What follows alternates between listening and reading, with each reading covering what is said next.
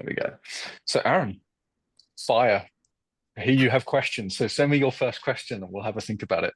Okay, yeah. Well,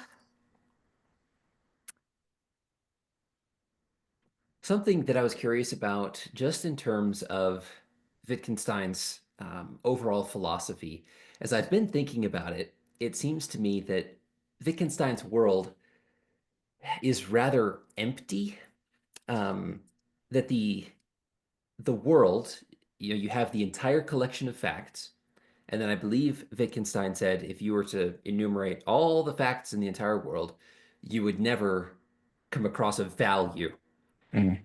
Um, and so it seems or here's my question. Is it right to say that for Wittgenstein, values are merely the evaluations of humans about facts, that values are not out there, but that they are something that we construct for ourselves, or that we simply have for ourselves in virtue of our attitudes and perspectives?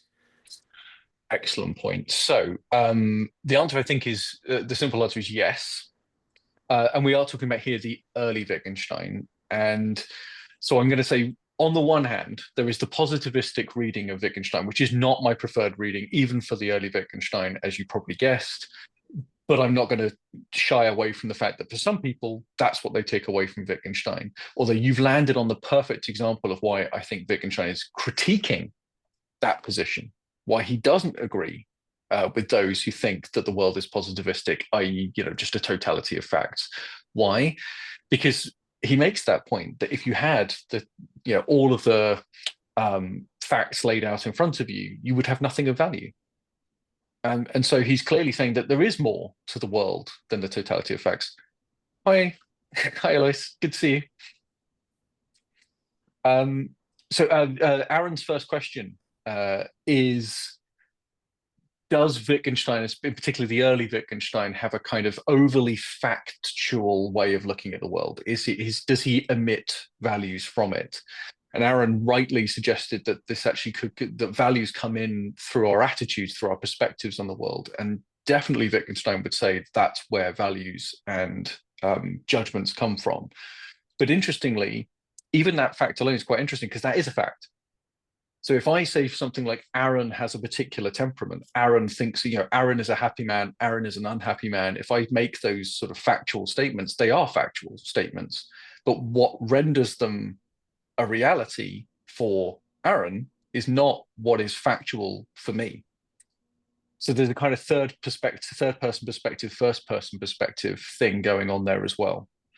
So everything is expressible as a fact, or everything that can be expressed as a fact. Those things that can't be expressed, i.e., the mystical stuff, the stuff that positivistic readers of the Tractatus don't want from their reading of the Tractatus, the thing that they want to say is, oh, but there's only facts in Wittgenstein. That's all he's really getting at with the early philosophy. That just seems to me to be wrong, precisely because he's pointing to this more mystical. Well, but that still doesn't. You opened your question, Aaron, by saying, does he have quite an empty world?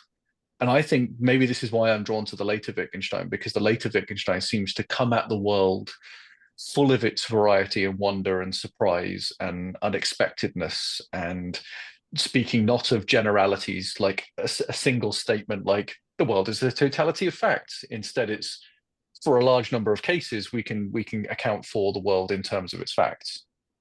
There seems to be a recognition of complexity and generality being simplistic. Ah, okay, I'm trying to let Peter in, and my screen will not do anything. I keep tapping admit, admit, admit.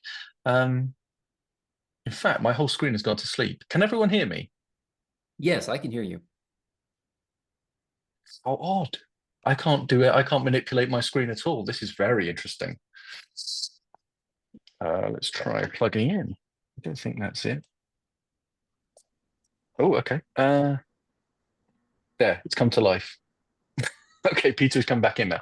Um, so has that answered your question, Aaron? Because I would also note that the early Wittgenstein also says the world of the happy man is different from the world of the unhappy, which is why I used that example, implying that the totality of facts isn't all we want. Yeah, I was thinking about that quote that the world is a totality of facts, and yet the world is different for the happy man than the unhappy man. And that seemed to me to indicate that Wittgenstein is saying that there isn't anything anything different about the world out there for these two people. The difference is located in here. So I'm different. And so I'm perceiving the world of facts differently, which is why my question was something like, is Wittgenstein's world rather empty?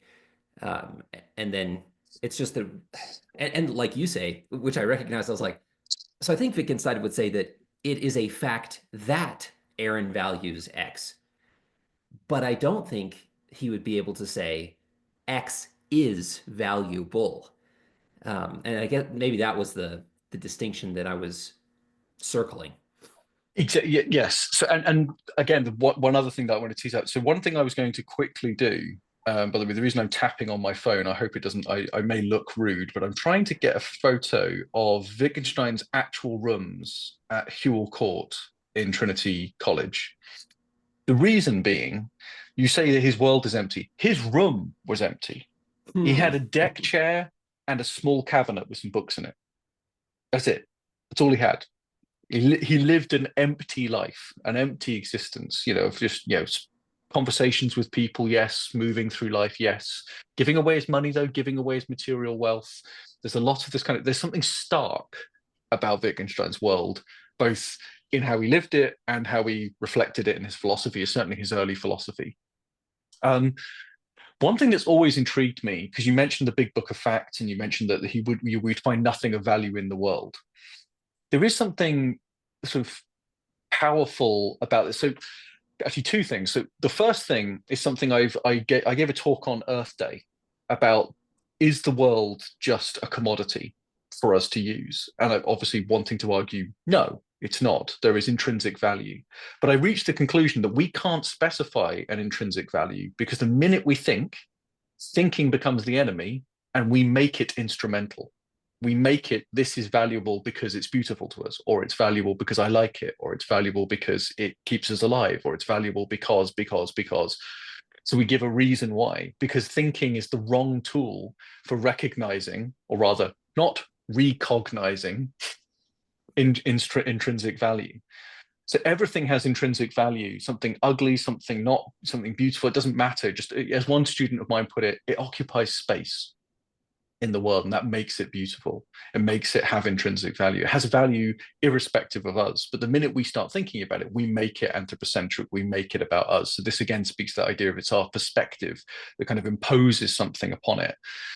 And I think this is why wonder, there are two types of wonder: wondering that there is anything at all, that kind of wonder at the world that makes it beautiful and esoteric and unknown and mysterious. That wonder can't be thought about, can't be expressed, can't be propositional, precisely because the minute you make it propositional, you make it trivial because you've made it a fact. And this goes back to my point about, if God was just another thing in the world, it would make God trivial. Even if he's the biggest or the best or the most powerful thing in the world, it's just another thing. It's just that he might not have been the biggest or most powerful or most amazing thing in the world. So he's not just a thing like anything else. Um, it's about how you come at all things. So the religious person experiences the world fundamentally differently from the person who is not religious. And again, and this brings me to my second point about the big book of facts, which is Wittgenstein says if a book could be written that contained something of value, it would blow all other books out of the water. And then says there is no such book. I was like, there's one sitting on your shelf right now, Wittgenstein. I guarantee that one of those books out of your very Spartan rooms was the Bible. And equally, a Muslim might say the Quran, or a particularly depressed philosopher might say Dostoevsky or Tolstoy. So um, there are books of value, aren't there? Aren't there? So, or do they not have value? Do they just list a set of facts and we again provide value to them? And I think that there's something plausible to that. I'm not sure, but the fact that he doesn't even begin to consider the possibility of a book that has value or conveys value is interesting for a man who would have read poetry and He quoted poetry, he read Dostoevsky and Tolstoy, he read Kierkegaard, he read the Bible. It's an odd thing to say, but it suggests that there is this hard philosophical line that's being taken that, yes, if it can be expressed as a fact at all, it can't have value.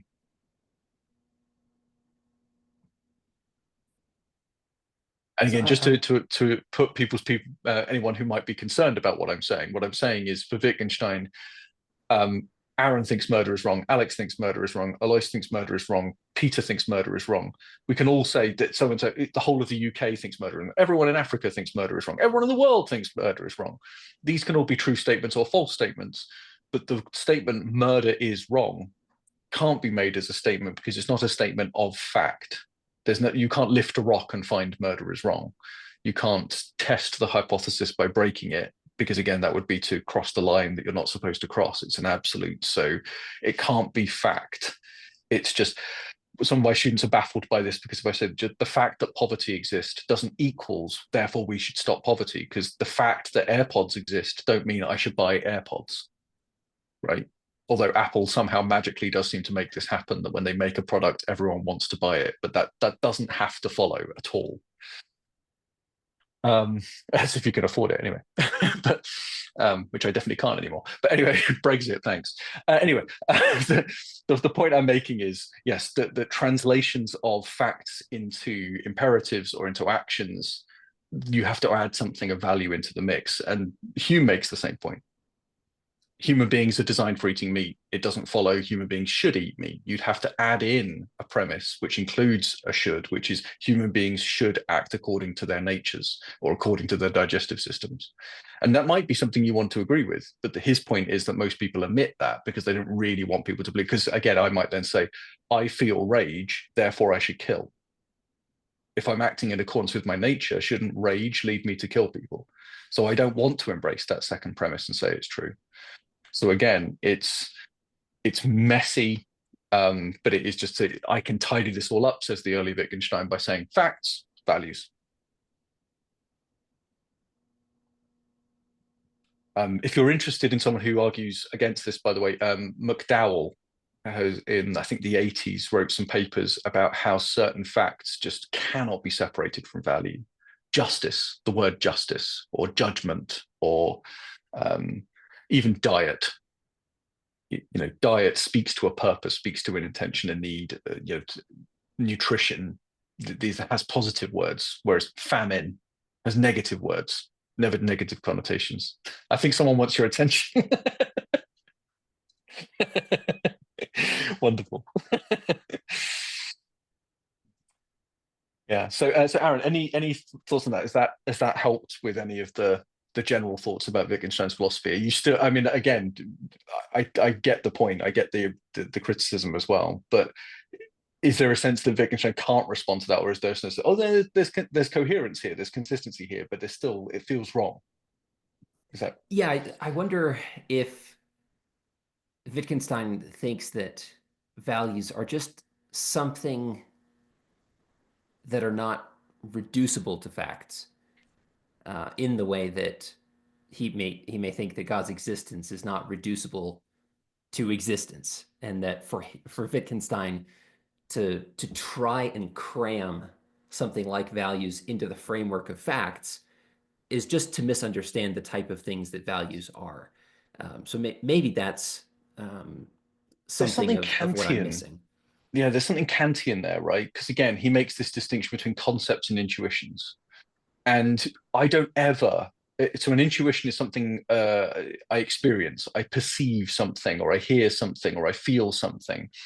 I'm never going to hear, feel, smell time, right? I'm always going to hear, feel, smell something in time. Time is necessary for hearing, seeing, smelling, doing anything, but I'm never going to experience time itself. So time can't be an intuition, it must be conceptual. And again, Wittgenstein might say to McDowell as well, yes, I realize that certain words are charged, but they're charged by us. Someone alien to us would not understand that charging in that way. It's almost like how H.P. Lovecraft and kind of Alien and those kinds of really stark, once you experience something totally non-human, There's something very upsetting about it because something can be intelligent and just not care about you at all. Simone Weil expressing the idea that the sea is an expression of necessity because it just takes indiscriminately. If it was discriminating in who it took and who it saved, it would be monstrous. Again, this idea of it just does. It doesn't justify or offer any kind of explanation of itself. The sea is just this absolute indifference of the world manifest, and it's how we experience it as that.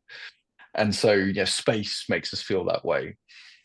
That's why I think when you have emotional stories told in space, like Gravity or Interstellar, there's this sharp feeling, this huge emotive response that you have. One of my favorite scenes from Interstellar, from all of cinema, in fact, of the last 20 years at least, is that scene where the ship is flying past Saturn. You can see the rings and the planet, and it's flying, and someone is listening to sounds of rain and grasshoppers and just nature.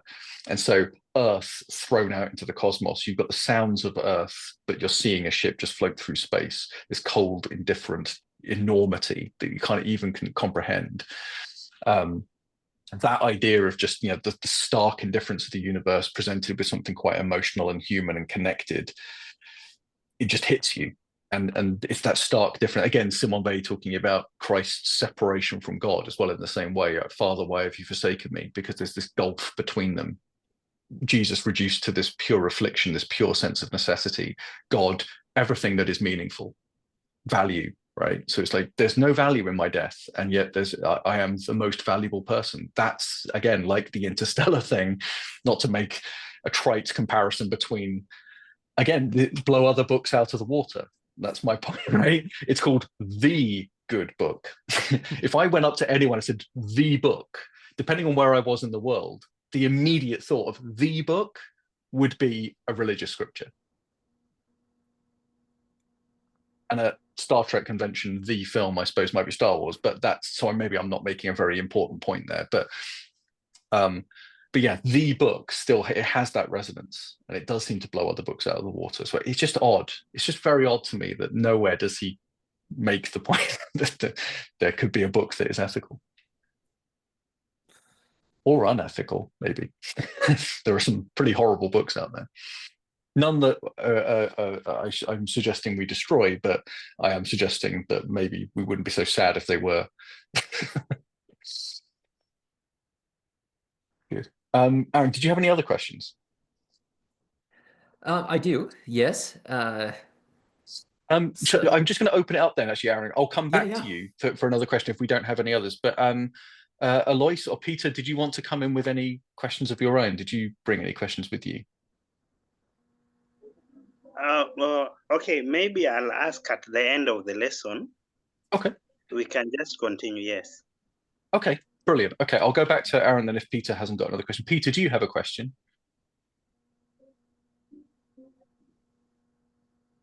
Pete, oh, yes.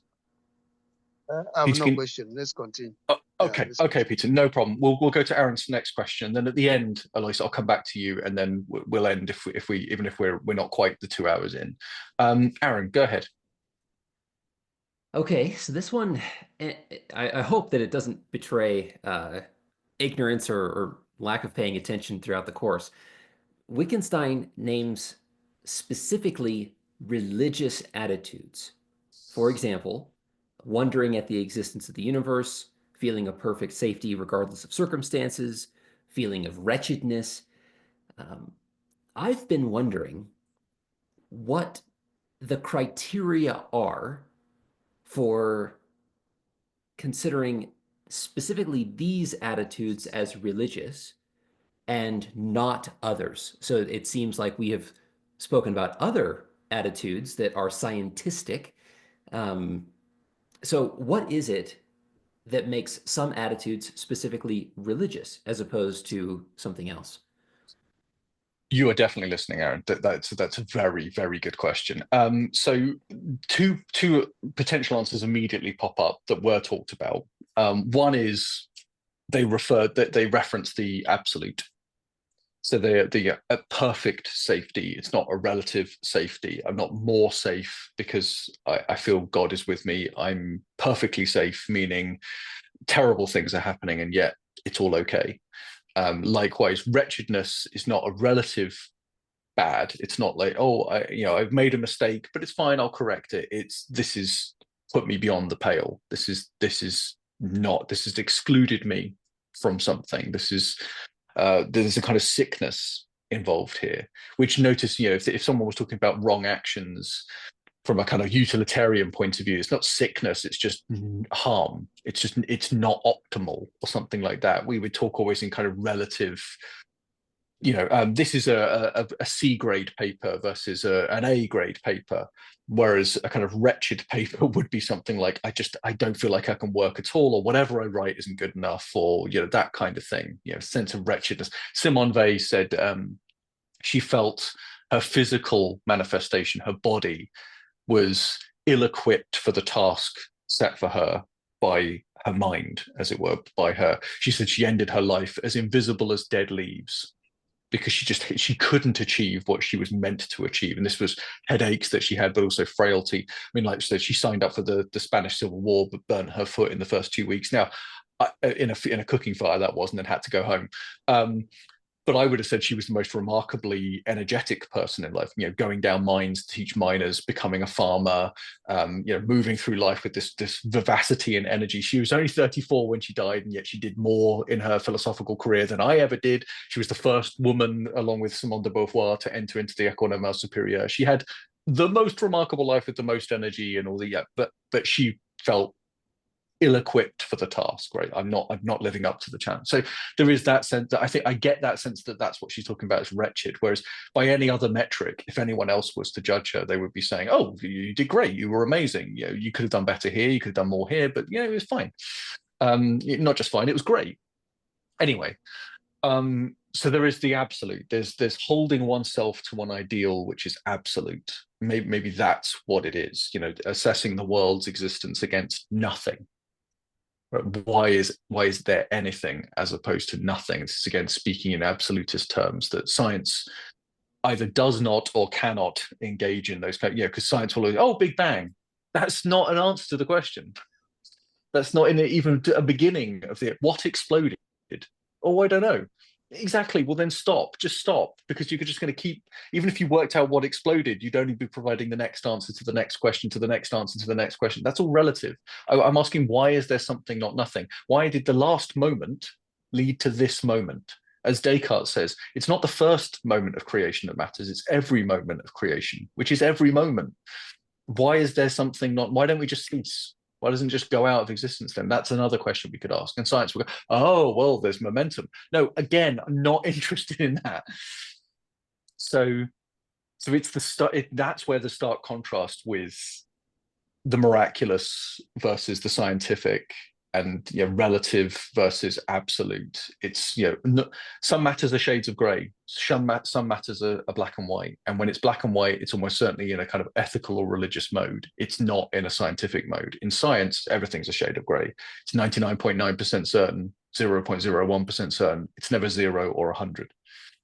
So yeah, it doesn't, science doesn't deal in absolute. So that's where and that's the second answer that could be given. It's not that it's dealing with the absolute, it's just that it's not dealing with the relative, which I know sounds like it could be the same, but that would assume that they sit in polar opposition to each other anyway.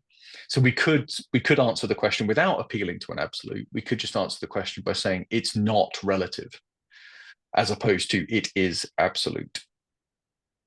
And that feels like that could potentially open up other avenues of philosophical analysis. We needn't go into that in great detail, but it is just that those two options lay on the table. But I also mentioned the statues example, right? And I think this is where this comes in key as well. Why was the statue of the Virgin Mary weeping an example of a miracle, compared with the Statue of Liberty dancing not being a religious miracle? It might be inexplicable, but the inexplicability of it wasn't what was the point. The religious person said, why shouldn't the Virgin Mary weep for the sins of the world? And could have had an explanation or could have not had an explanation. It didn't matter to her what the reasoning behind it was. The meaning of the event was what mattered. It was, even if this is a trick by the priest, why shouldn't the Virgin Mary weep for the sins of the world? I still want an answer to that question, not the others. But with the Statue of Liberty, the explanation seems to be all that we would need from that. So we might say something like it's a semantic domain as well, because this might also pick up a question that was raised. I want to say by Peter, but I may be wrong. Or was it Emmanuel last time? I think someone raised this question last time, which was, does that make any religion right? And that is deeply problematic because religions don't say that. So if Wittgenstein is saying that, he's not saying it from within a religious point of view. He's saying it about religions. He's being an anthropologist about different cultures. He's not expressing a cultural view. And so he's not taking a perspective, he's describing perspective. And that's fun, it's like, oh, I know how art's put together, but it doesn't make me a painter. I can critique paintings, but I can't paint. That's what we're talking about there. And maybe that's what Wittgenstein means by saying I'm cut off from religion. But to address that, it might be explained in terms of the semantic domain that exists, because maybe within one religion, the dancing Statue of Liberty would be a miracle. But I want to argue that that's, for myself, I would argue that that's not, the very fact that it's not miraculous, for me, conveys the meaningfulness of religion. There are discrete semantic codes here. There's discrete games. There's discrete meaning. I asked my wife yesterday, why do we eat turkey at Christmas or Thanksgiving? Why that? I mean, Thanksgiving makes more sense because turkeys were present and they are a New World, bird, and so on and so on and so on. But the why of it is like, but why shouldn't it be donkey? If anything at Christmas, which I'm pretty sure tastes awful. Maybe that would answer the question, but then we don't exactly like turkey very much either. So it's just and why in some countries is it carp?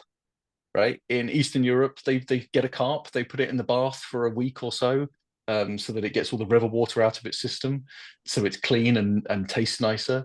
They then chop it up and eat it for Christmas. That's what they do. They have a fish. Again, that makes more sense. Fishermen of souls and all these kinds of things. So again, these kind of have connotations. But the correct answer is that they have semantic weight. And again, but that feels like an appeal to history. It feels like an appeal to, Henry VIII's influence on the church rather than Christ's influence on the world, period. And that feels like a stark difference. So I don't know if I have an adequate response to that particular concern, but I hope I am at least offering some philosophical answers to the question you first posed, Aaron, which was around, what makes these specific phenomena religious. Has that clarified it at all? Because I know I went through some of that, but is there a lingering, feel free to press on any of that. Yeah, that is helpful. I feel like I'm starting to circle it. So on the one hand, they have either an absolute quality or at least not a relative quality, and that they do seem concerned with not so much explanation, but with meaning. So those are some markers that can help us. I was wondering, though, on the point of religious attitudes being either absolute or at least not relativistic, I was thinking about I think what we've identified as some attitudes relative to scientism or some scientistic attitudes, namely, you must have empirical evidence in order to believe something. That rings a little absolute to me, and yet not religious. Yes. So the question then becomes, why are scientific superstitions? Because what I said was, when science uses absolutes, it becomes superstitious, not scientific. When religion uses relative, it becomes superstitious because it's meant to be absolute. So religion is meant to be absolute, science is meant to be relative. And I think that explains the distinction, because what I'm saying is, when a scientist says, one day science will explain everything, which is absolute, or every explanation should be scientific, or you must look for the cause. There is no other thing you should be doing but looking for the cause. Those sorts of imperatives do not exist or live well within science. They are incorrectly using science. Now, that still raises a question, because it still points to this question of, is that the semantics that determines that? What I mean is, or is it the purpose that we set for science and religion, respectively? So I'm very conscious that my camera keeps zooming in and out. It's probably going to make people feel seasick. Apologies. I'm going to try and, can I turn that off? Maybe not. Background and effects. Yeah, okay. Okay, I'll give up. Okay. I'll just try not to move. Still doing it. So yeah, so I think if we're within a religious mode, possibly use that word, then appeals to relatives like I don't know. So why should we use those particular words for the last sacraments? Last rites. Why is it those particular words that have to be uttered in a particular order? There was an interesting example where someone came into a liquor store in America to rob it. The person behind the counter pulled out their own gun and shot the robber. Immediately, then jumped over the counter and gave them the last rites. And the only question that the church had was, "What words did you say? In what order?" Now that seems like a very scientific mindset. But it's not, because again, it's in line with that Wittgensteinian thing of do this, think like that, no justification. But if someone was to go into a kind of deep analysis of why that particular word has to be uttered because it has magical charge to it, almost like Wingardium Leviosa in Harry Potter. No, it's Leviosa or Leviosa. It's like how exactly you pronounce it and how exactly how the words are. That's the wrong mindset. That's magic and kind of like mysterious science, or it's just science by another name. And I think even like the most Wizarding World stories will make that kind of connection between our version of our technology is simply their version of magic is our technology. It's like we use technology where they use magic. And I think even Arthur C. Clarke said the same thing. That supremely advanced technology would look like magic to another person. If we went back in time and showed them an Apple Watch, they might think it was magic. But again, so or even a Coke bottle, because how does this get made? But so the point I guess I'm making is that the semantics is one thing, but semantics is rooted in, as we were saying, meaning. And I go back to this thought that I had around when Wittgenstein was challenged by Russell when he said, "You've made philosophy trivial," and Wittgenstein says, "It always was. I haven't made it trivial. It is trivial. If people knew what philosophy was, they wouldn't do it." That's what he says, and it's just trivialities. It's just pointing out how people think, not that they should think a certain way. We're not providing them with deeper meaning, and it feels like that he's making it more scientific, not less. Russell wants to make it more scientific in the sense that he thinks philosophy can make discoveries, can break new ground in our knowledge. And Wittgenstein is very much opposed to that. And that's why Russell doesn't fell out with him, because Wittgenstein is suggesting, no, we are a science, yes, but we're descriptive. And that's all that science is. Science doesn't make magnetism exist. It describes magnetism. It either does it accurately or it does it inaccurately. Philosophy either describes belief in magic accurately or inaccurately. It doesn't make magic. So this is, I think, philosophy has this interesting hinterland existence where it's trying to articulate what science is doing, what religion is doing. And again, this is all fitted into life generally. So they aren't starkly separated. They do overlap and abut and crash into each other. But insofar as one is doing religion, one is not doing science. That doesn't mean that I might do more of religion or more of science. So it might still mean that we push it, pull it one way or the other. Because what we do in the beginning was the deed, so to explain. Ultimately, it comes back to what we do, to our actions. So saying you must look for the cause versus you must pray. these are just two different actions in response to it. Someone gets a bad diagnosis. It's oh, I'm going to go on the internet and research all these different sort of kooky theories about how I can cure myself, versus the person who just acquiesces and prays. It's like, those are just two different reactions. And if someone was to say, but the acquiescing and praying is better for your health, you've just made yourself a medical doctor, but probably a bad one.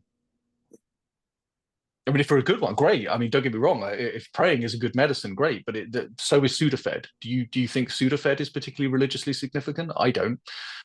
So, penicillin is not magical. Penicillin is it. So if it is just that prayer is a kind of medicine, you've just made religion trivial.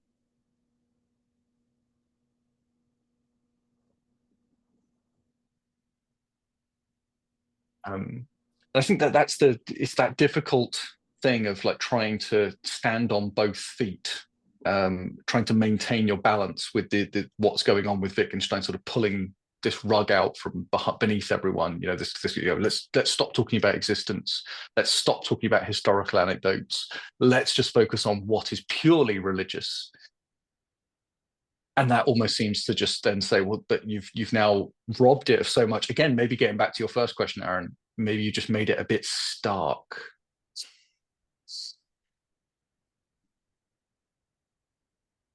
Yeah, that's helpful. Thank you. But maybe one of my problems is I think too much in terms of Venn diagrams. The science, religion, and then superstition being the thing that connects the two. But it does feel to me that the mistakes made in science, and there are mistakes made in science, are similar to the mistakes that are made in religious thought, where the feeling is we're making it more meaningful because I make it impactful. And it's like, no, but you're making it causally impactful, not religiously impactful. So you are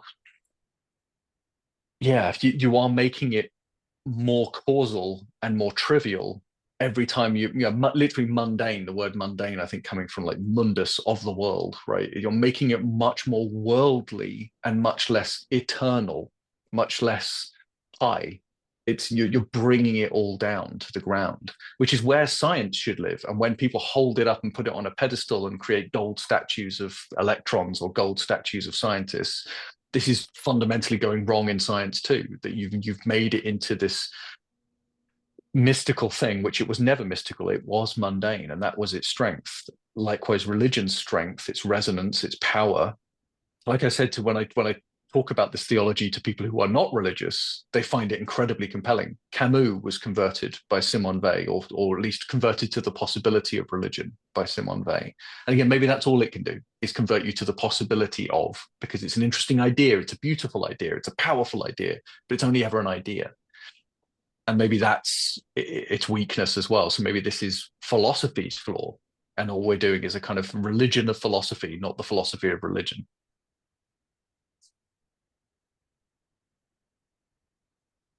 And I think through teaching this course, I've become more certain of that it's the religion of philosophy. Any other questions, Aaron? I do. Yeah, I think I've got 4 more. Okay, no, keep going though. Keep them coming. Okay. And some of these are rather lengthy as I was trying to clarify my thinking. So I'm more interested in this one here. So let me do this one first. It is suspicious to me that what Wittgenstein considers to be religious apparently discards much of what various religions consider to be religious. So being more familiar with the Christian religion myself, there are many like ostensibly metaphysical claims that I would think are religious. For example, the existence, like the actual existence of a divine person, the incarnation of the divine in the person of Jesus, the crucifixion of Jesus, Jesus' bodily resurrection, and others. So one guess that I have is that Wittgenstein would maybe consider these metaphysical claims to be in the domain of theology and not religion. for me, it's impossible to see how one can have the religious component of Christianity in any Orthodox conception without the theological component. So it troubles me that Wittgenstein seems to want to separate the religious from the theological, when the Christian religion itself teaches that the two are more or less inseparable. So I'm wondering if I'm off base here, or if not, then in what sense is Wittgenstein actually speaking of religion, if his conception seemingly guts religion of critical components? Good. Okay, so I think two things here. I think Wittgenstein would probably say that he's not separating them, you are. Okay. What he would want to say is something more along the lines of, I saw a lot of the semantics in your question. I heard the semantics. There was meaning, there were words, there were concepts, there were all sorts of things like that. Never ever saw a metaphysics come out of that. Didn't see your scientific evidence on the metaphysics of it all. And don't get me wrong, what he's saying is that's because it wasn't a metaphysical claim. Or indeed, there are no metaphysical claims. Wittgenstein says the same thing about free will, for instance, right? That it's not a scientific metaphysical claim. This was one of the reasons why I brought that into our discussions, was because it parallels this discussion as well, precisely on this issue. And I think this is one of those things that I have to try and answer indirectly, because it's very hard to deny a metaphysical claim without just simply doing metaphysics. And Wittgenstein doesn't want to do metaphysics, period. He doesn't have one. He'd say, well, how are you still around? Well, you're not doing it either. I'm saying the game of metaphysics isn't metaphysics. It's not appealing to the existence of things that don't exist. That's a nonsense. That can't make sense. You can't do physics without the physics. It doesn't make sense. So like the example, and this is why this is probably worse. This is the second point, is it's probably worse than you're making it out to be, by the way, because I think in some ways it's potentially more patronizing, more problematic, especially in this modern age of correcting people on their beliefs. So I'm going to take it outside of the Christian domain, because I know I'm speaking to people who are in that, very closely related to that. And I think it's easier if we look at it dispassionately, perhaps. And again, Buddhists listening back to this call, I apologize, because I'm going to use Buddhism as my example, partly because when I was working with a student who was Buddhist, she made this, I asked her this question, and I puzzled this through for a while. These two doctrines, I think I may have mentioned this, these two doctrines which seem to conflict in Buddhism, which is reincarnation and denial of self. Oh, look, there's a thumbtick, presumably not a divine one, but just because I put my finger up. So the divinity, the denial of self seems to contradict reincarnation insofar as what's being reincarnated, if not the self. Now, what my epiphany was when I realized I was way off with this thinking was because I suddenly realized I'm imposing on this a metaphysical Cartesian way of thinking about self. And that is absolutely wrong, even if the Buddhists themselves also attach a Cartesian way of thinking to it. The reason being, the best way to articulate those two beliefs is functionally, meaning a form of functionalism, which is also a theory, by the way, within philosophy, and a very popular one, and the one I probably align myself with more closely, far more closely than property dualism. So why I was adopting a property dualist stance, I do not know. Maybe it's because we're talking about religion and it pulls you towards this kind of more metaphysical way of thinking. But the way to resolve this is to say, well, look, the Dalai Lama was 3 or 4 when the previous Dalai Lama died. So when the Tulkus had to find a replacement for the Dalai Lama, they had absolutely zero problem with imagining this 4-year-old was the reincarnation of the other Dalai Lama, even though their lives overlap. Why do they not care? Because that's not what the reincarnation of the Dalai Lama means. The reincarnation of the Dalai Lama is we have a person who fills that function exactly the same way as the previous person filled the function. And as I said, I think during class, a 12-year-old explained this to me by saying, oh yeah, we learned about this in RE. When a candle burns low, you can light the next candle with that candle, meaning they perform exactly the same function. It's the candle again. Just like when I said the book, you can move from religion to religion, and the book is a new book, but it still serves the same function. So you can have this kind of functionalist stance when it comes to the metaphysics, where you say, I know what you think. Again, this is the think, don't, look, don't think. I speak, don't think, but look. If we look at what people are talking about, we will see perfectly well that they are consistent and there's credibility and meaning behind these behaviors, these rituals, and so on. If you impose on them a theory, a metaphysical theory, suddenly they're lost. It starts to make no sense. So what you might say is like, but surely transubstantiation versus non-transubstantiation, that's a metaphysical debate, is it not? And maybe insofar as it was, maybe it was more of a scientific or superstitious debate of the day than it was a religious debate of the day. Notice people aren't holding that debate anymore, which is interesting. Even though there are people who believe in transubstantiation and there are people who don't believe in transubstantiation and both call themselves Christian. So it's a difficult one and it's murky and messy, and that's not an answer to the question. But it is just say that I think Wittgenstein would say, if you ask someone, do you believe you have a metaphysically free will? It might be very easy, like an easy answer to, oh, yeah, I do. But as Gilbert Ryle points out, talking about the mind as a thing breaks talking about the mind. It just doesn't work anymore. Like if I said, where's the university? I come to Cambridge and I say, where's the university? And someone says, well, there's Senate House, there's the library, there's the staff, there's the students, there's Great St. Mary's Church, blah, blah, blah, blah, blah.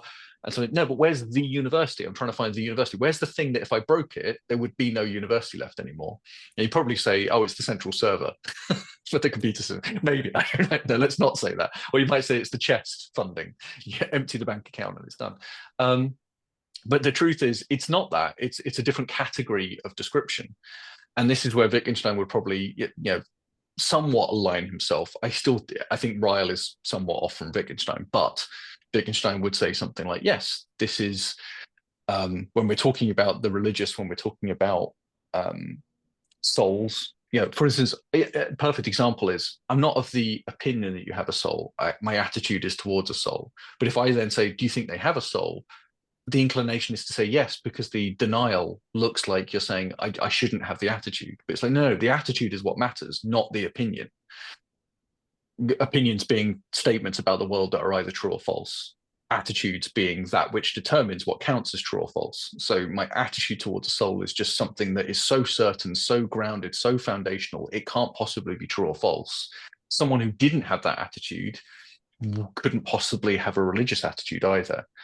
But someone who believed that someone had a soul. There's a line in Pitch Black, I think it is. I won't read the whole line because it's offensive. But Vin Diesel, of course, Vin Diesel's best film, Pitch Black. We've all seen it. We all know what I'm talking about. Anyway, she says, don't you believe in God? And he goes, no, I absolutely do believe in God, but I absolutely hate the expletive. And that is not a religious attitude, is it? Belief in God isn't enough. And this is why I said existence can't be the thing that matters.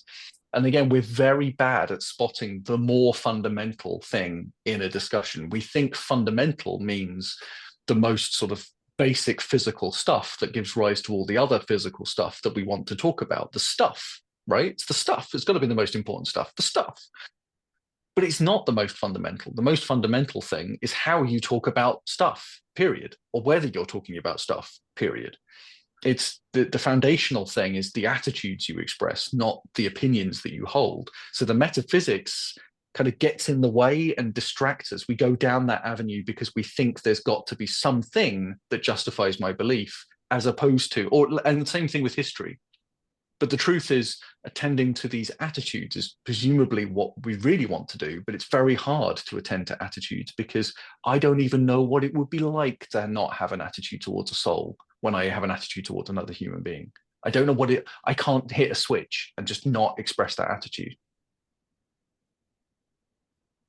So Aaron, I think it's a difficult answer because it's speaking to a kind of let's replace metaphysics with hermeneutics. Problem solved. So, but you haven't answered the metaphysical question. I know, because I've told you to go and read hermeneutics instead.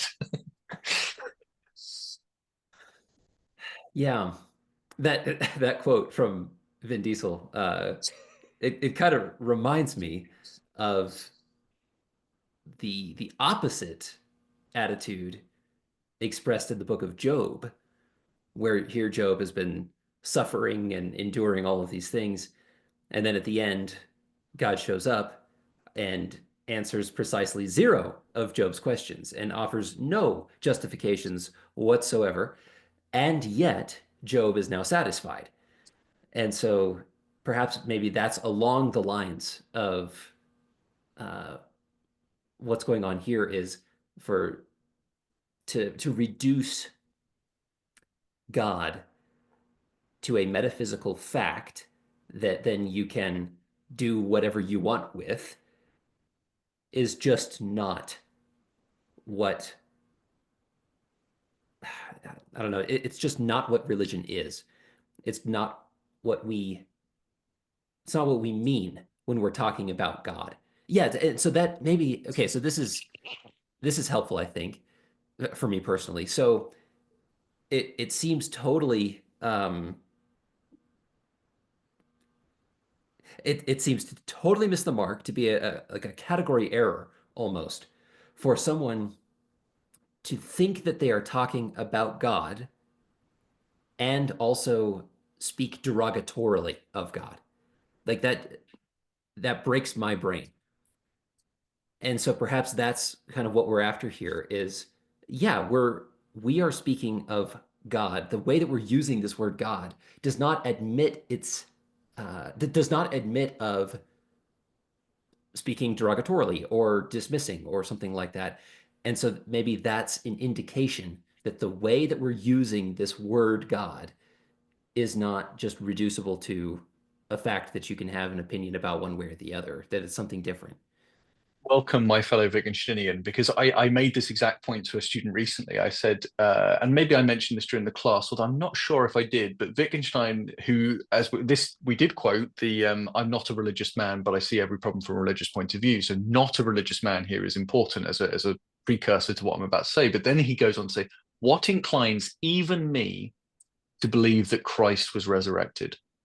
Because if he wasn't, then he just decomposed like anyone else. Christ decomposed like anyone else. Nah, it doesn't work. It doesn't work. It would be like, and so here's a weak analogy, but I kept using it, and I think it's a helpful analogy, even if it's just to check what we shouldn't be doing. Is if I said to my dad or my brother, who are both accountants, I'm sorry, I could never be an accountant because I don't believe that numbers exist. And then we got into a debate about whether or not numbers exist. And they go, well, I'm an accountant, so I have to believe that numbers exist. It's like, oh, okay, why? Oh, well, I read it in the accountancy manual. It says numbers exist, or rather, it assumes it. It never actually says the words numbers exist, but it does assume it all the way through, presumably. So, right, okay. Again, you're fundamentally making a misstep there. Why is it that when we can see that so patently, obviously, where if someone was to have that discussion with an accountant, you'd be like, just walk away, accountant, just walk away. Do not do this person's taxes, just leave them alone. But with a religious discussion, it's like, oh no, that's what we've got to talk about. Sam Harris and Daniel Dennett and Richard Dawkins and Chris Hitchens can all get into discussions about these things, except for the ones who are dead. Well, maybe they can, I don't know. That's a scientific claim that I'm not interested in. But when they debated this stuff, it was just, that's the stuff that they were going into. It just feels so hollow. That's what for me feels empty and Spartan and scant, is the depth at which they're willing to go into these kinds of discussions. That I had a debate with Alex O'Connor about free will, and I felt like we were never getting into any depth. We were never. He was. I'm willing to understand your point of view, but your point of view is like me admitting to the retinue of games the existence of tic-tac-toe. But I admit its existence. I'm just saying that's not what games are, and that's not what playing is. Is that you're articulating something that makes perfect sense within a particular domain, but you haven't articulated why it makes sense outside of that domain, or what's significance outside of that domain. It's just you've just kind of like a stone just bounced off the surface without any even recognition of the depth that you're bouncing off of. And it may be that we're just skimming on a puddle, but we haven't even got into that conversation. You haven't said to me, there isn't any water here to support it. There's nothing below that surface. If you made that claim, fine, let's talk about that claim. But you can't even acknowledge that it is a surface. You think that's the whole thing. And that's why I think is quite disappointing, why Wittgenstein's philosophy, why we have to call it alternative theology, theological approaches, because this is alternative, because most people, some of my colleagues, I have a colleague from Oxford who comes and teaches short courses for us here on the problem of evil. And I walked into his classroom once and he had a chart up listing all the logical steps of the problem of evil. I mean, the first step was God exists. You can imagine my response. Here I was teaching doing an open day talk, and I said, this is what I mean. I already can't go past step one of Kareem's set of logical propositions, because the first one I think is false. And yet the problem of evil still exists existentially, because someone can have their attitude shaken by this, but it's not shaken because one goes, oh, maybe magnetism doesn't exist. Maybe it can be explained with some other phenomenon. No, it's much more fundamental than that. It would be like a scientist thinking, maybe looking for the cause is a complete waste of time. And that's the equivalency here. No scientist is doing that. So yeah. But I hope I've picked up that one. I felt like that was at least going in a direction where it's like there's more to be said about that, I think, but that feels like a more substantive answer than I've given to your other questions. I hope. Yeah, my metaphysical inclinations still kind of rail against the idea that the metaphysical fact of God's existence is not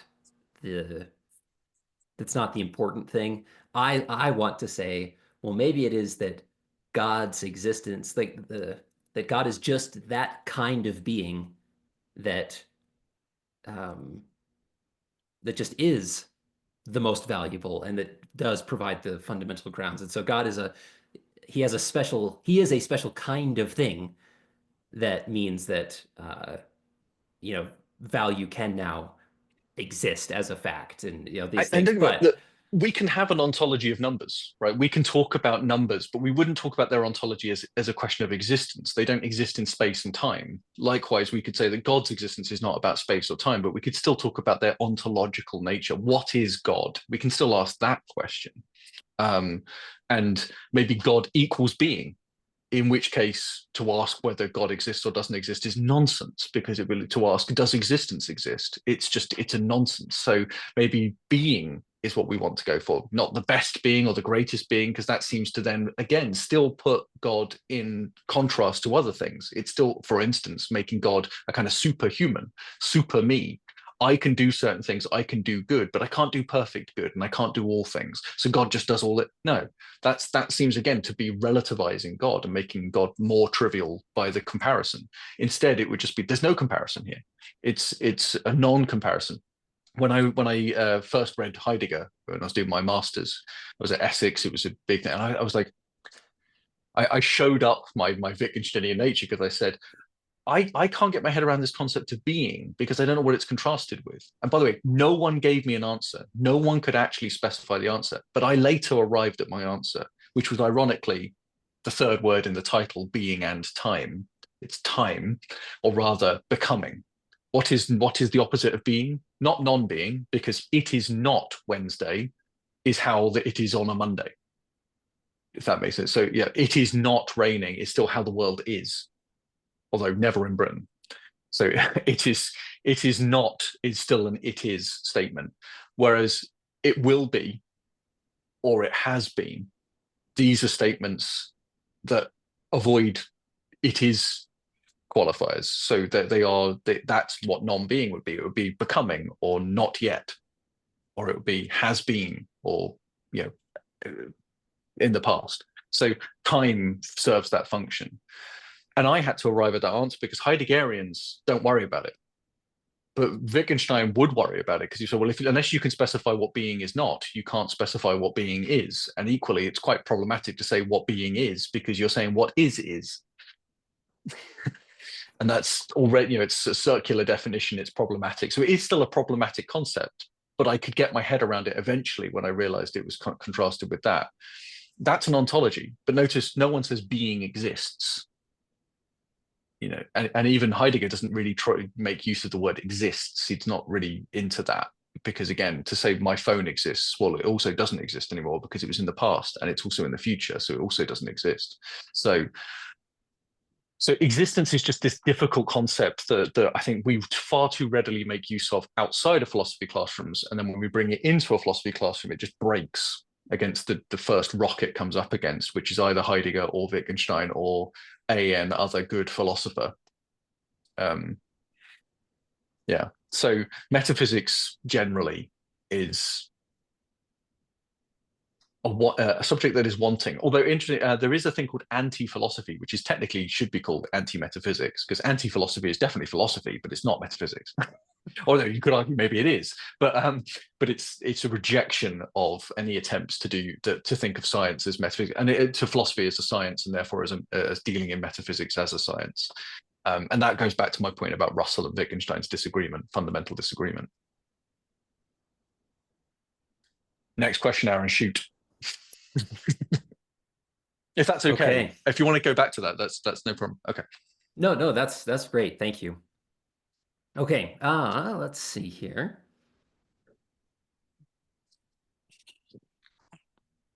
Okay, so this one has to do with, I'll just read it. Okay. Would it be right to say, from a Wittgensteinian point of view, that certain religious texts, I'm thinking in particular of something like Genesis 1 through 3, the creation of humanity, the fall of humanity, Cain and Abel. Certain religious texts like Genesis 1 through 3 are intended or aimed at molding our attitudes or orienting or producing attitudes.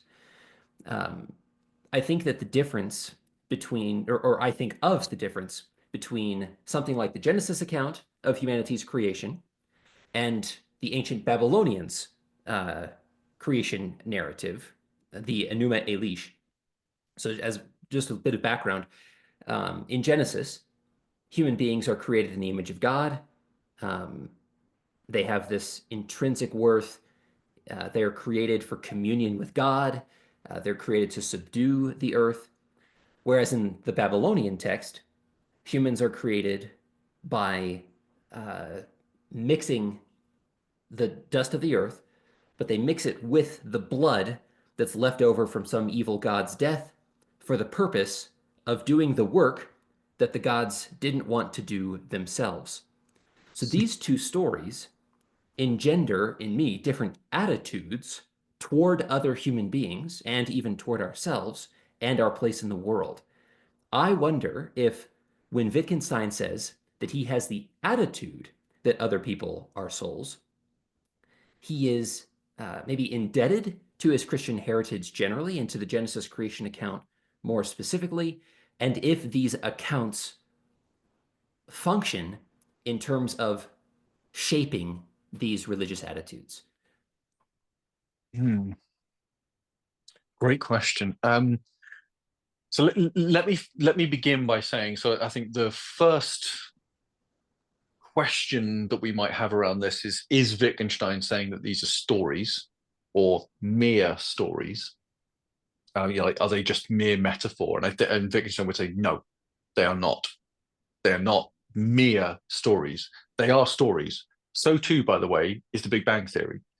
It also adjusts our attitudes, asks us to expect certain things and what an explanation is for, and it comes with a whole bundle of, at the end of well-founded belief is beliefs that are not founded.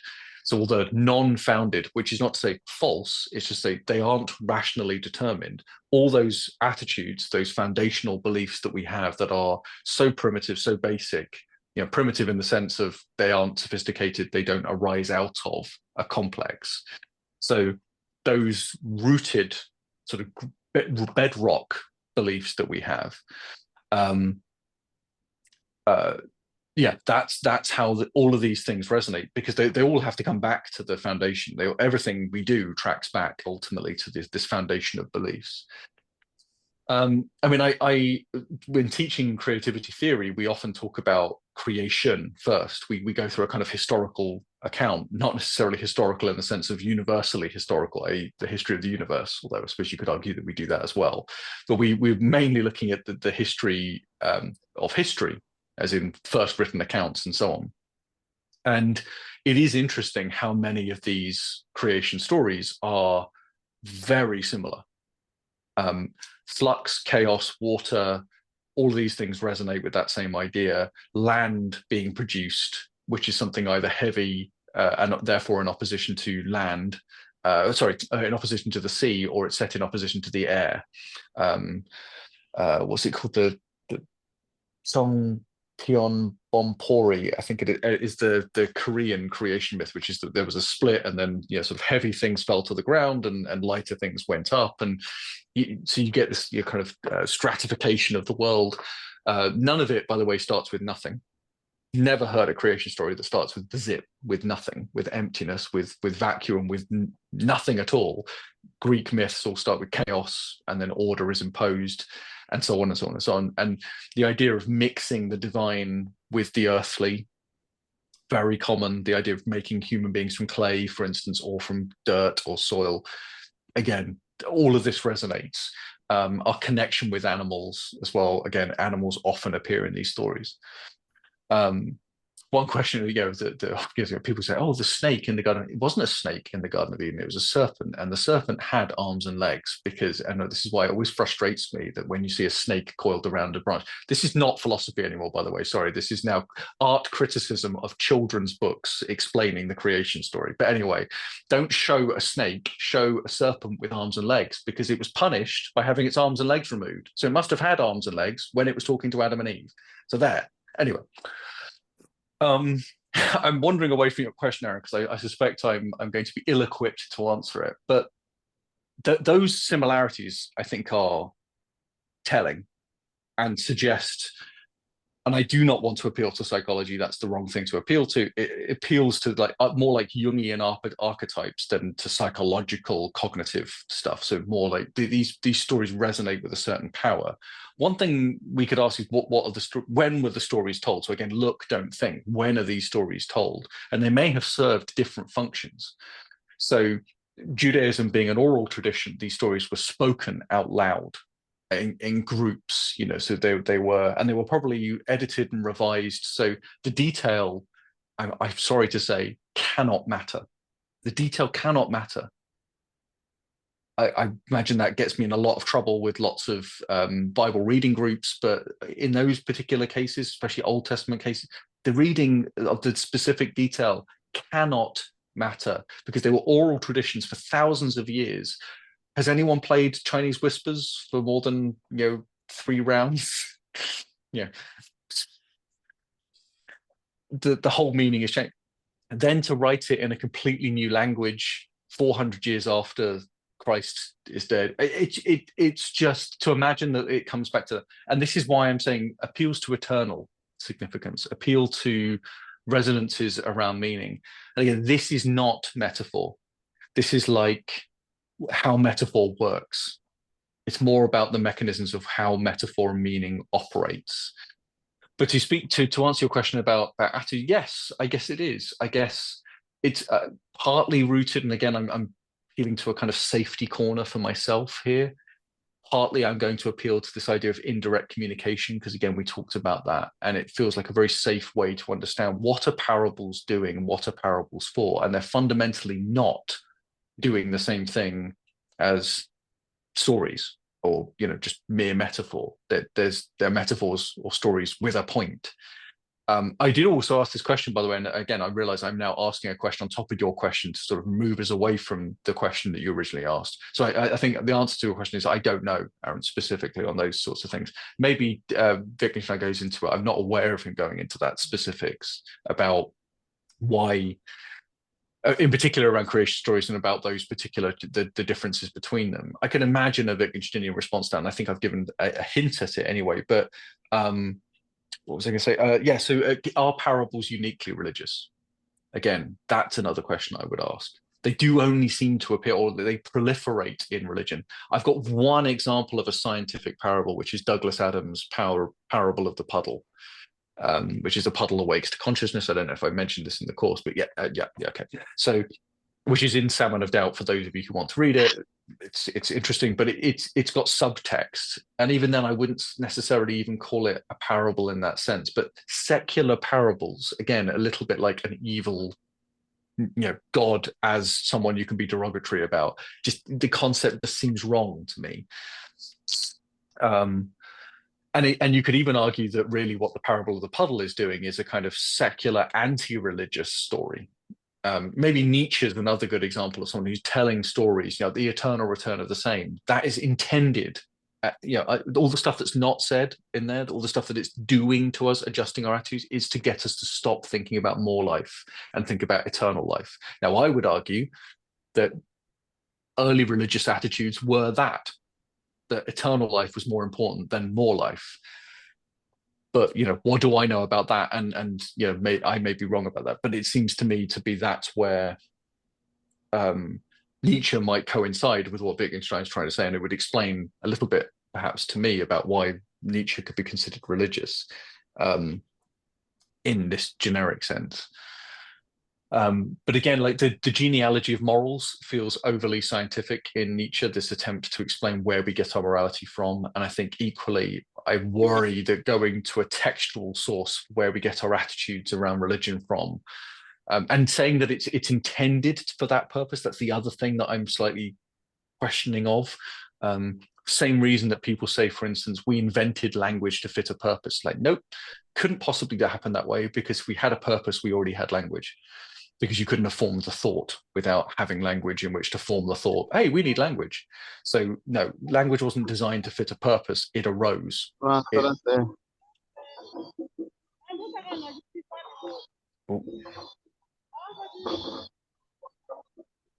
Manny, Emmanuel, I've muted you there. Apologies. If you need to speak, please do unmute. More than happy to, because this is the discussion session, so it feels weird to be muting people in the discussion session.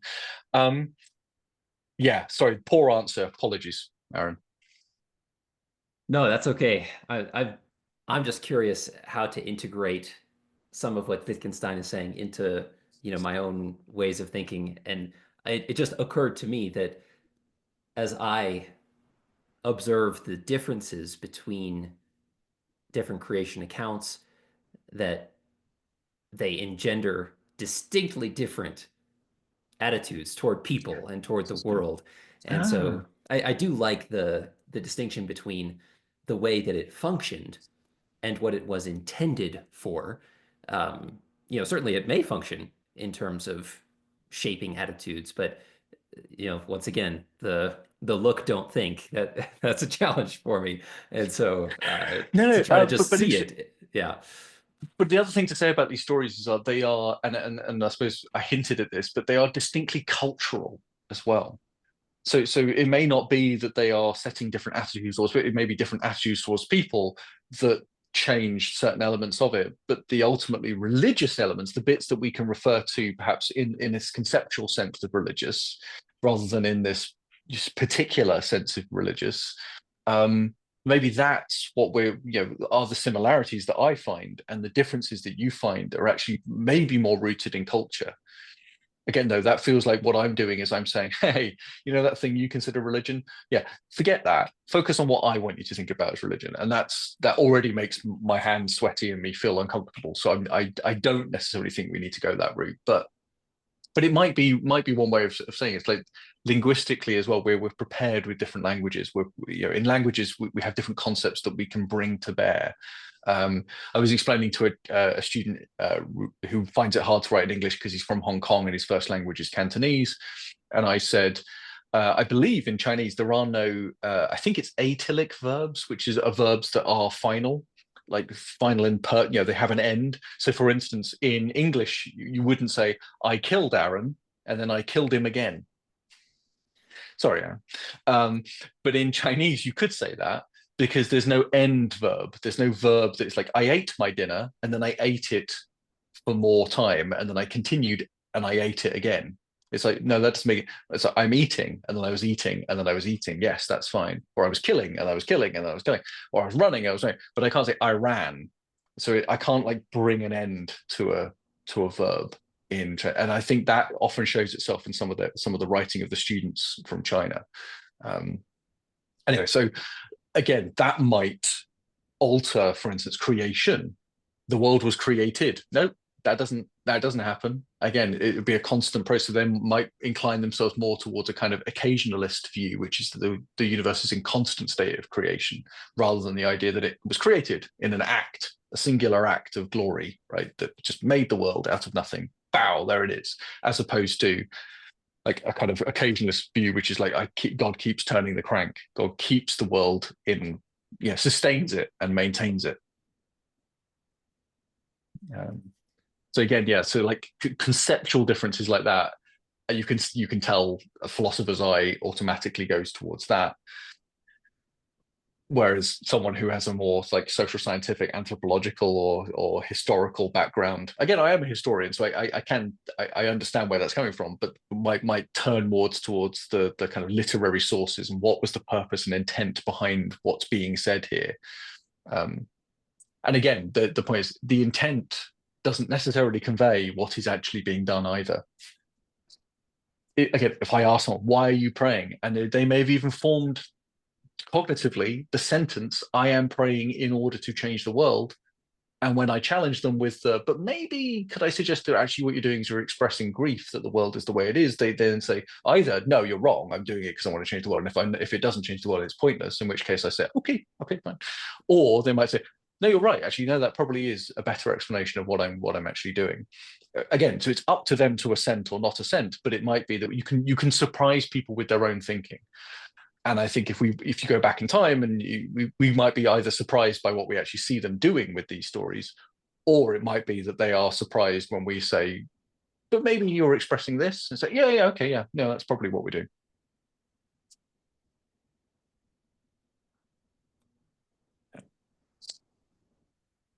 Next question, Aaron, and then I'll open up to the rest, I think, if that's okay. Sounds good. So it probably won't be your last question, because it might be that other people don't have any, but if you, I would say go to your next favorite question would be a good way to go. Okay, that's good. I only have two to choose from. Oh, okay. Okay, is it a project for Wittgensteinians to catalog different attitudes? For example, it seems to me that such attitudes as looking for causation or demanding empirical evidence have been identified as certain attitudes that characterize scientism. Further, wondering at the existence of the universe, feeling perfect safety regardless of circumstances, feeling wretched, are certain attitudes that characterize religion. Is it right to think that a Wittgensteinian philosophy would want to identify and catalog all of the attitudes of people in differing arenas of human activity and discourse? I'm reminded of the picture of the river, where the top of the water moving most quickly, something like particular fashion trends. But then it extends more deeply into the river. Maybe you're at the level of sediment, at the idea of shame at feeling naked or being naked. I would want to explore the entire bedrock of the whole river and map it out and catalog it. So I'm wondering if that's the proper way to think of approaching at least a part of Wittgenstein's philosophy. I mean, lots of philosophers have likened themselves to cartographers, that they're mapping out a landscape. And you could argue that Wittgenstein feels maybe a little bit more like a geologist, because again, he's more interested in sort of tectonic shifts than he is in where a certain continent happens to be, or where a certain city might be. Surface grammar versus depth grammar. And there is this like stratification. And one of the questions in the quiz that I've set up, the assessment, that speaks to this idea of Plato too. There was this idea of going up, climbing a ladder for Wittgenstein is going up the away from the Piraeus, the dock in Athens, towards the Acropolis, and going up and up and up, or coming out of the cave and going up the slope towards the sun, and then the sun is the highest thing. So there is this kind of like stratification thing that happens as well, and we do tend to think of higher as better. And I don't know if Wittgenstein and of course for Wittgenstein it might be deeper or you're higher. I don't know, but yeah, I don't think there's any kind of like value judgment passed on that. Although I don't think that was rooted in your question at all either. So I think maybe why am I resisting just the simple yes? Yes, I think we are interested in that. I think there is something anthropological. It's interesting that Wittgenstein wrote remarks on Fraser's Golden Bough, a famous anthropologist, and why he was like looking at, if I come up with a theory of language, does it describe everything that we see out there in the world? So it's kind of, there's something very anthropological, very social scientific about that. Before there is social science, Wittgenstein seems to be maybe suggesting a kind of social science. Yeah. So but I think classification is risky just because, again, Wittgenstein might say, well, look, maybe for one set of practices we don't need to go any deeper. Maybe for some sets of practices there are no judgments beyond the definitions themselves. Maybe computer science operates purely on the surface level of definitions rather than requiring judgments, for instance, a highly specialized technical pursuit. But no, I think, yeah, he certainly thinks that in the beginning was the deed, rooted in action. We go back to the most basic actions we don't even know we're performing when we're performing them. Yeah, the why do I face people? Why do I what Grice called maxims of conversation, for instance? He has these which is like one I constantly fail with is quantity, the maximum of quantity. You shouldn't deliver too long an answer or too short an answer. And if you flout these, you can send different meaning to people. So it's wonderful line. So Paul Grice says, imagine if you were asked, what do you think of that student? And you go, they're fine. That's weirdly short. Why did you just say they're fine? So yeah, so flouting of maxims normally expect us to stay relevant. So there's the maximum of relevance, there's the maximum of quantity. I can't remember what all of them are, but and so yes, there's kind of, and this is something that you start to see in philosophy after Wittgenstein and Grice being kind of influenced by Wittgenstein, but not wanting to give over completely to a Wittgensteinian perspective, wanting to set up sort of psychological states as driving meaning and purpose and so on. Many other philosophers wanting to try and find their own ideal to try and drag us back to a kind of theoretical position where I can say, oh, it's all about psychological states, or it's all about this, or it's all about that. And Wittgenstein, this is why I'm resisting the answer to the question, is because Wittgenstein doesn't ever want to be, oh, it's all about X. It's not all about the classification of attitudes, because sometimes the attitudes aren't the problem. The problem is the surface grammar, and it is purely resolved at the surface level. Sometimes, though, but to understand that, maybe it means going back down. Yeah, not a very articulate response, Aaron, but yes. So but I think the answer is generally yes, and I think you're onto something there. Okay, yeah. As you were just describing the contrast between how Wittgenstein approaches this and how other philosophers would want to approach it, I'm thinking maybe a lot of philosophers would like to be constructing one singular tower where you've got the one thing at the foundation, and then you put the next thing, and then the next thing, and the next. Whereas Wittgenstein is saying there's probably not one tower. There's probably a smattering of different buildings with different foundations of different heights and different locations. And so the task is not to try and condense all the different buildings into one. The task is to just observe the different buildings in their locations and just see, okay, here's what this one is made of. And we shouldn't expect that this one will have the exact same structure as this one over here. And so maybe that's the risk of trying to catalog everything, is to expect that there's going to be the same type of construction in each building. We just need to observe each building as it is. So I agree with what you say, the sentiment, but the actual analogy is interesting because it betrays that you're doing the very thing that you're talking about as trying to not do. Because everything was reduced to a building, right? There's different buildings. And what Wittgenstein would say is, there's looking at the buildings, and then there's looking at the nature of building at all, and then there's the nature of the space between buildings, and then there's the nature of making analogies with buildings, and then there's, you know, it's kind of sort of, there's both layers and differences and kind of upendings, and then there's the discussion of no buildings at all. What would it be to have no? And you see my point. Again, pedantic, I know, but I think a useful one, because it indicates how easily we lapse into wanting to generalize to a set of, to a kind, to different kinds of thing, or to a single kind of thing. And again, some people have said Wittgenstein's a philosopher of language, in the sense that he doesn't philosophize about language like Paul Grice did, because he did philosophy of language, philosophy of law, philosophy of sport, philosophy of science, philosophy of whatever. Wittgenstein is a philosopher of language because everything is language. Language is the means of doing philosophy and is the only way in which we understand philosophy. And I think that is a slight disservice to Wittgenstein, because again, he might say, well, I'm the philosopher of deeds or actions or behavior, but I'm not a behaviorist. It's very difficult to pin it down. And this is why you need to do an entire course like this in Wittgenstein. You still don't understand it. And even the teacher is saying that they don't understand it, because I don't, everyone. I don't pretend to have a complete sense of what Wittgenstein's all about. And I think that's unique.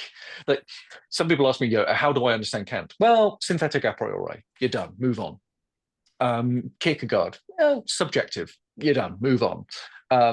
Plato, theory of the forms, you're done, move on. Aristotle, the forms aren't out there, they're in the thing, right? Okay, move on. That kind of thing. Or even with Aristotle, you might say virtue. Yeah, you see, I hesitated with Aristotle because he is bigger. He is possibly the only philosopher comparable in size to Wittgenstein, because again, Aristotle does so much in so many different fields. But even him, I feel like I could do justice in 7 weeks. Or 6 weeks, however long this 6 weeks. But Wittgenstein, no. Okay. Shall we open up to, so Alois, you said you might have a question that you wanted to bring in at the end. Well, we haven't got a huge amount of time left, so I don't know if you wanted to ask your question now. Yes, I'm just going to ask one due to time. Yeah, we've talked about ethical reasoning and religious. Is it right when a religious person tries to use ethical reasoning to explain or to solve a problem?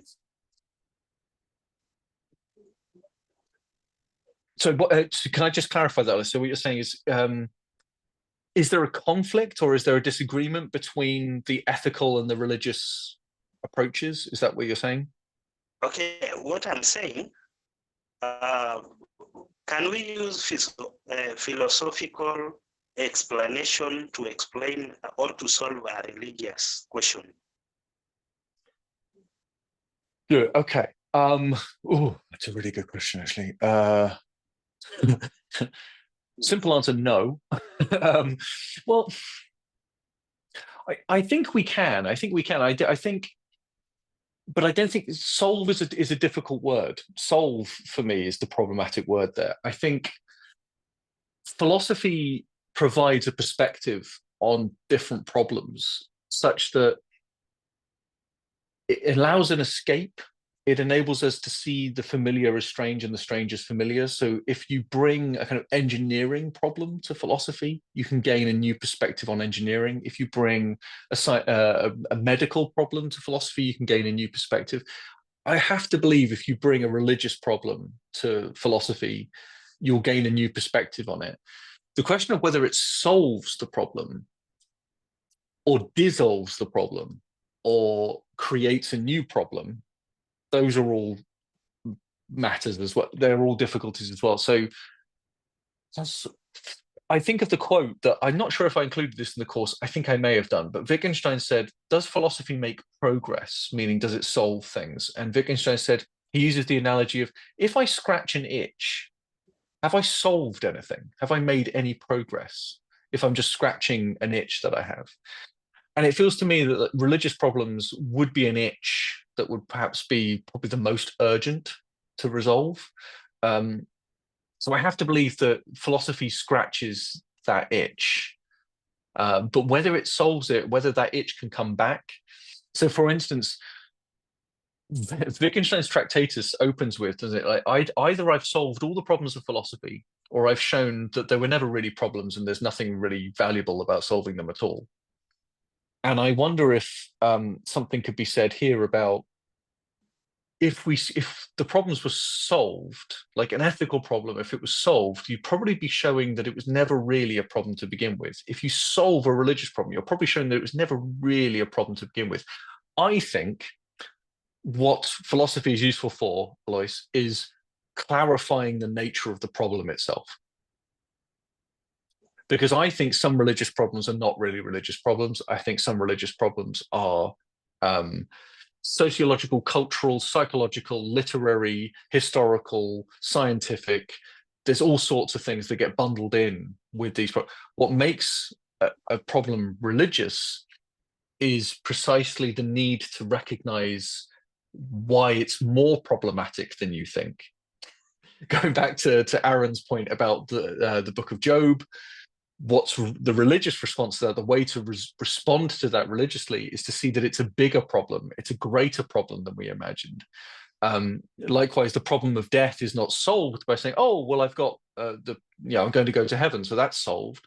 So no, that should make us feel a greater sense of urgency or problem. So I think religion deepens problems, philosophy clarifies problems, but neither of them are intended to be solved.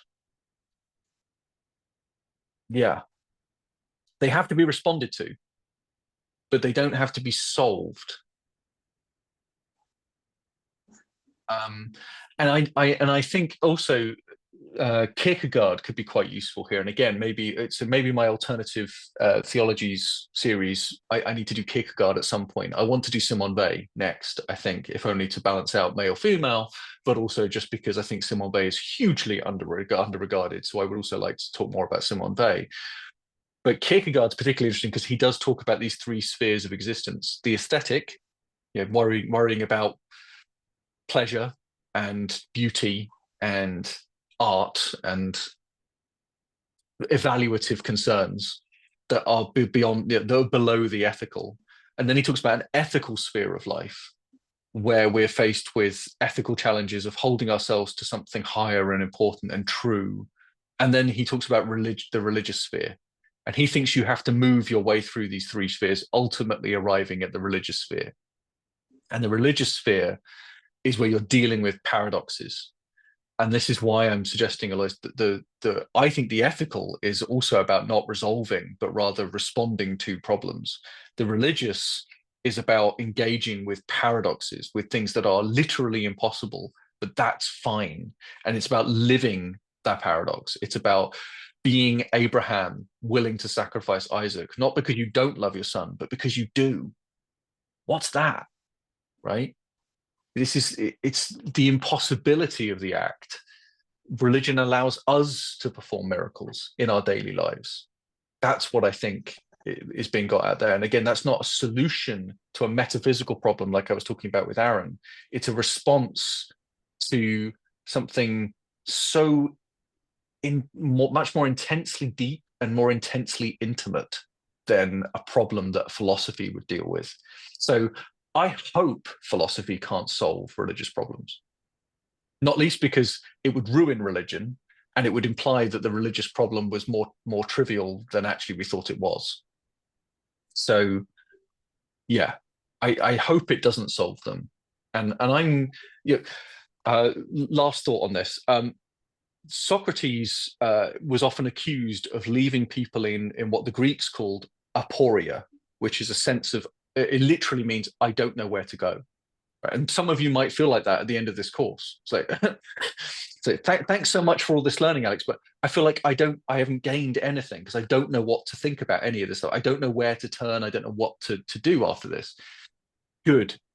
Because I don't see Socrates as failing when he delivers you into aporia. I see that as success. Aporia is not your starting point. It should be your ending point for many of these problems, including religious problems. So be at home with uncertainty. The world is uncertain. The world is paradoxical. The world is strange. Let's live with that strangeness and that uncertainty and that paradox. If we can't live with it, we aren't living in the world. We are what Simone Weil would call daydreaming.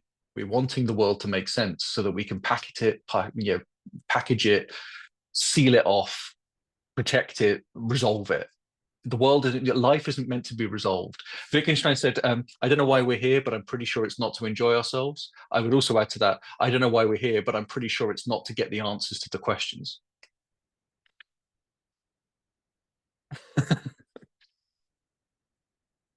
Sorry, Lois, I don't know if that answers your question. Yeah, that one is great, brother. But I suppose I should say, if I fail to answer your question, I've proven my point. You have. I've created a game in which I can't lose. This is fun. Yeah, great. thank you. Thanks, Alois. That was a great question. Emmanuel, you've unmuted. Did you want to ask a question?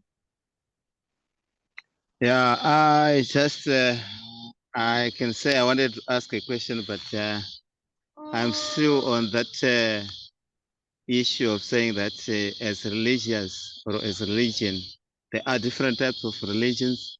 Like here in Zimbabwe, where Africans usually believe that there is God who is the one who is above, but they believed him on their own way.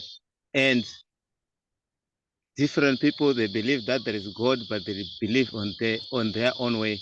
So can't philosophy solve that too? That there is only one God who is above, but they believe on their own way. They believe on their own way, and they worship that same God on different ways.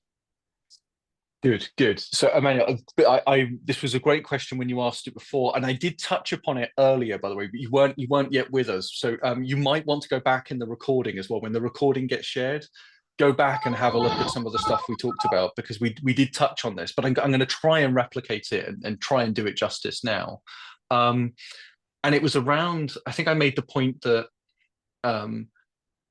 we have to, in some ways, separate off what is absolute and conceptual, meaning things that are beyond the particular, so that it doesn't matter about particular views on it. So for instance, let's take it out of religion. If we were to imagine that we met aliens, and aliens talk about piffles, and we say, what's a piffle? And they say, oh, it's and we get an explanation, and we eventually work out what they're talking about are electrons. But piffles don't operate exactly as electrons do. For instance, electrons are negatively charged. They don't have a concept of charging. They don't even have a concept, for instance, of up and down. And they don't say, look, they're up and they're down.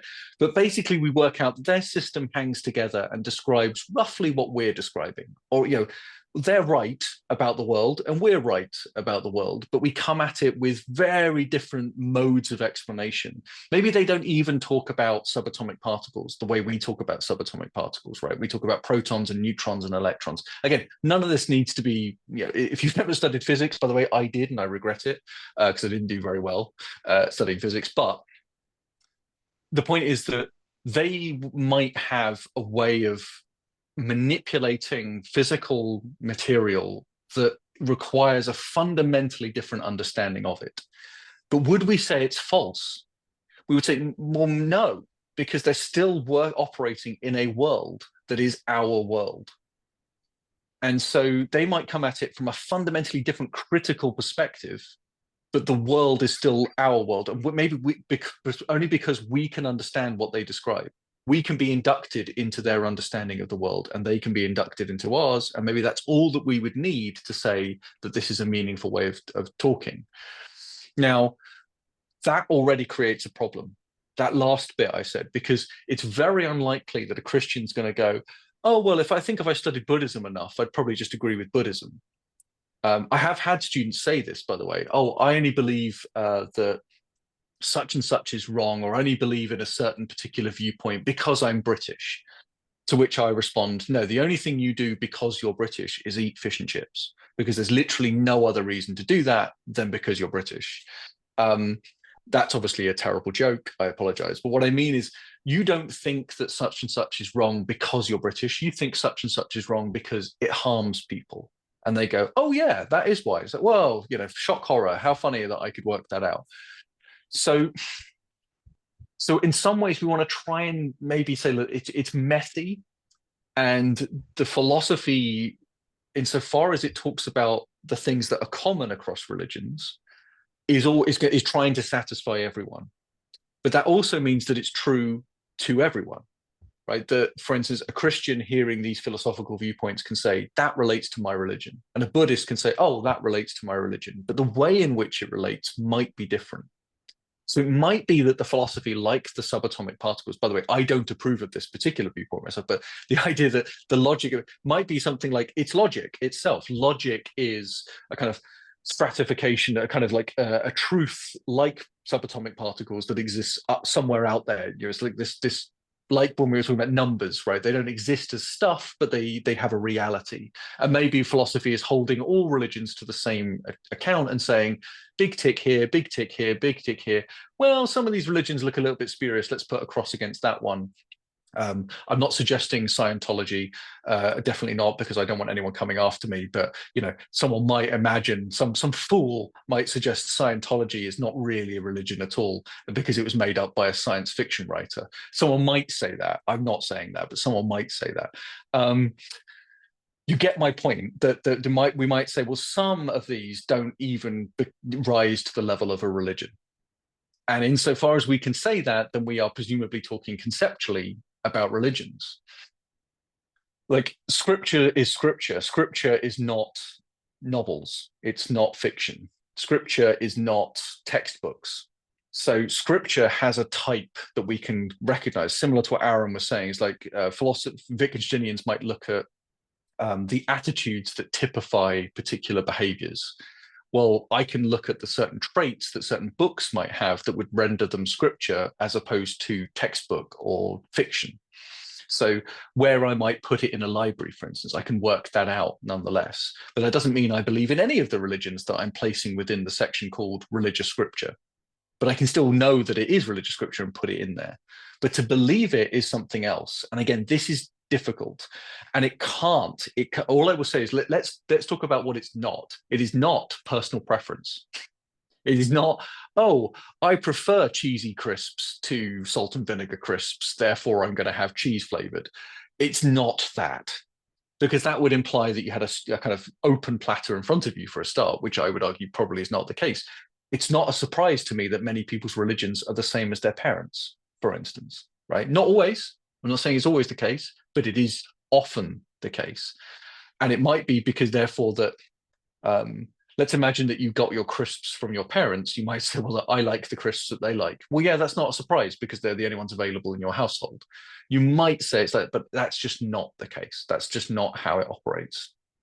So I suppose as a Wittgensteinian, I do that anthropological thing of saying, what is it that trends someone towards a particular religion? And I would say something like, it goes some way to Alois's question about, can philosophy solve religious problems? No, but a religion can respond to a religious problem, and the religion that you're living with is the one that responds to your religious problems. So that might be a better, and I say responds, does not solve, responds. That's why holding on to the religion should always be a struggle. Right? This is what I think is so remarkable about religion, is that it should always be a struggle. It should never be easy. Oh, I have signed up to it. Like I've signed up to the AA, not the AA that Americans are thinking of. Sorry, the AA is in the Automobile Association, AAA, I think it's called in America, but or the RAC, the Royal Automobile Club, I think it is. Anyway, but I've signed up to a particular club or group, and I've got the card, and that's all I need. That's not the same thing as holding on to a religion. I saw something very disappointing on a poster outside a church once that said, and I think I mentioned this in the course, but Jesus is certainty in an uncertain world. And I thought to myself, I would much rather Jesus was uncertainty in an uncertain world. Otherwise, what's the point? It's if the world is uncertain, I don't want my religion to be a list of certainties. This is probably why, again, there are no churches to mathematics outside of Pythagoreans. Of course, they were a religious cult and they were mathematicians, but they weren't recognizable as mathematicians and they weren't recognizable as religious either. They were very strange people. But what am I getting at? I very much, and all I'm going to say now that I'm going to end with this, I think, and I mean end, I think, yes, let's end a little bit early, but let's end with this. I think Wittgenstein is deeply below. It gets there's a shot almost that goes below the water level with this particular problem.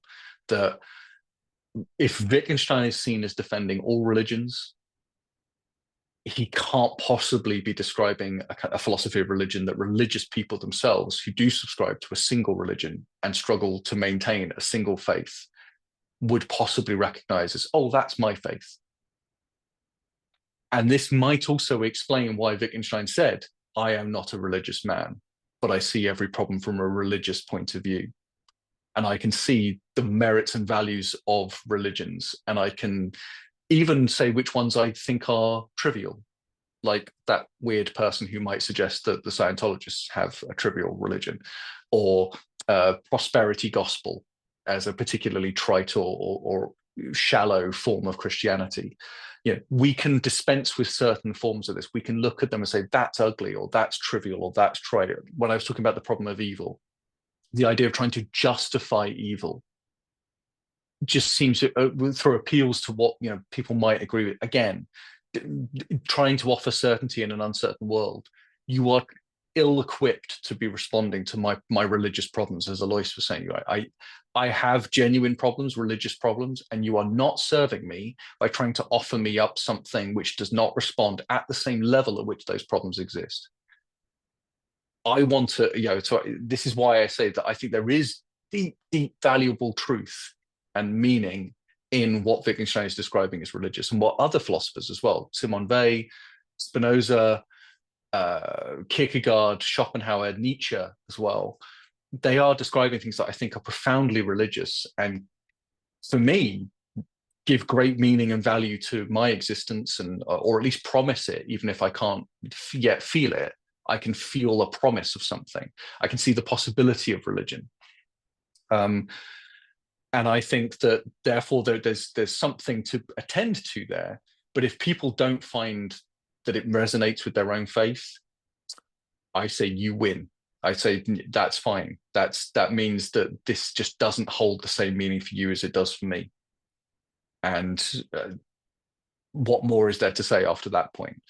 But yeah, I hope at least that some of the ideas that we've looked at through the course have been interesting. I hope that some of the topics have been at least refreshing, right? That's what this was really all about, was about having alternative approaches to theology. And again, if we find them unsatisfying, no problem. Then treat them like a flavor of crisp you're not interested in. Philosophy, you can treat like that. You can say, look, okay, I'm not getting anything from this. Or as Simone Weil said, as a precursor to what we'll talk about hopefully next time, and I hope some of you will join me, she said, truth is bread, you know it by its taste. If you know that from the taste that I'm, the ideas that I've been serving up to you, that you just don't get sustained by that, that doesn't satisfy a particular hunger you have, try something else.